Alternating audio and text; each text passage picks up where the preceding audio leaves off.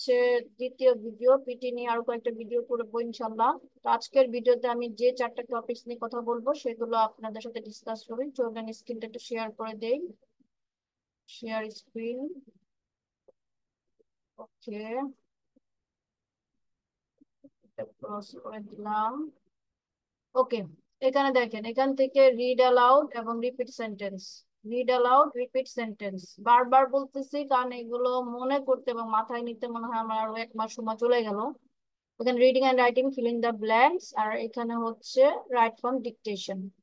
এখানে study material download, এইখানে দিলে দেখেন দেখাচ্ছে, এই যে দেখেন, আমি যদি এটা একটু জুম আউট করি। হুম, হুম, হুম, এই দেখেন, দেখেছেন এখানে রিড অ্যালাউড 33:27, রিপিট সেন্টেন্স 33:30:23, এই যে fill in the blanks, reading and writing 25:29, এবং রাইট ফ্রম ডিকটেশন 28:25। সো এই চারটা মডিউল নিয়ে আজকে একটু কথা বলি, চলুন আমরা একটু দেখে আসি। এখান থেকে রিড অ্যালাউডে কি করতে হয়, এরকম একটা আসবে। এই সময়ের মধ্যে আমরা সেটাকে রিভিশন দিব। In Germany over 10,000 tons of diaper are discarded each year, resulting in the wastage of valuable resources। এরকম বলার পরে এখানে একটা, এই যে একটা বিপ শব্দ হলো, বিপ শব্দ হওয়ার পর আপনি পুরোটা পড়বেন, যেখানে কঠিন শব্দ সেগুলো বাদ দিয়ে যাবেন।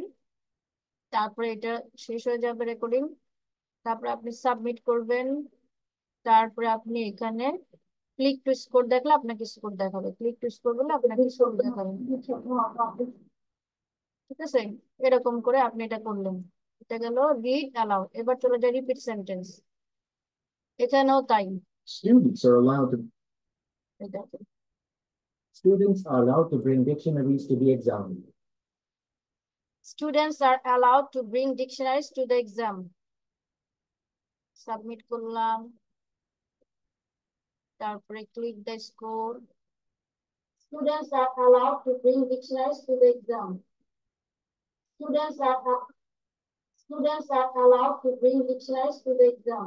দেখছেন, জোরে জোরে বলবেন তাহলে মার্কস বেশি আসবে। তারপরে এটা গেল এভাবে রিপ্রেজেন্টেটিভ, প্রত্যেকটা নেক্সট দিলে আবার একটা আসবে, নেক্সট দিলে আরেকটা আসবে, এরকম করে করে কি করবেন। Scientists are always asking the government for more money. Scientists are always asking the government for more money। তারপরে এখানে সাবমিট দিবেন। তারপর আপনি স্কোর দেখবেন, এরকম লাইক দ্যাট। এরপর এটা চলে যাই, এখানে কি বলছে, reading and writing filling the blanks. তাহলে এটা করি আমরা। এটা কিভাবে করতে হয় দেখেন। এই যে ফ্লুয়েড, এখানে ভালো করে পড়তে পড়তে যান। এটা শুরুতে আছে কি সায়েন্টিফিক্যালি, তাহলে এখানে সায়েন্টিফিক্যালি কি হতে পারে দিলাম, how ever he never did experiments. এটা সায়েন্টিফিক্যালি টেস্টেড, বাট এটা পরীক্ষা করে নাই। একদম পুরোটা পড়ে অর্থ বুঝে বুঝে আপনাকে করতে হবে, এবং এটার জন্য অনেক স্টাডি করতে হবে, আপনাকে গ্রামার জানতে হবে। এখানে দিলাম offering, offering very little insight into females. তারপর আবার এখানে চলে গেলাম, থিওরি ইজ, কি হতে পারে, কি হতে পারে, কিন্তু ওয়ান সাইডেড দিলাম। দেওয়ার পরে আমি কি করলাম, সাবমিট দিব, সাবমিট। সাবমিট দিলাম, এখানে চলে আসছে 3 out of 3। ওয়াও।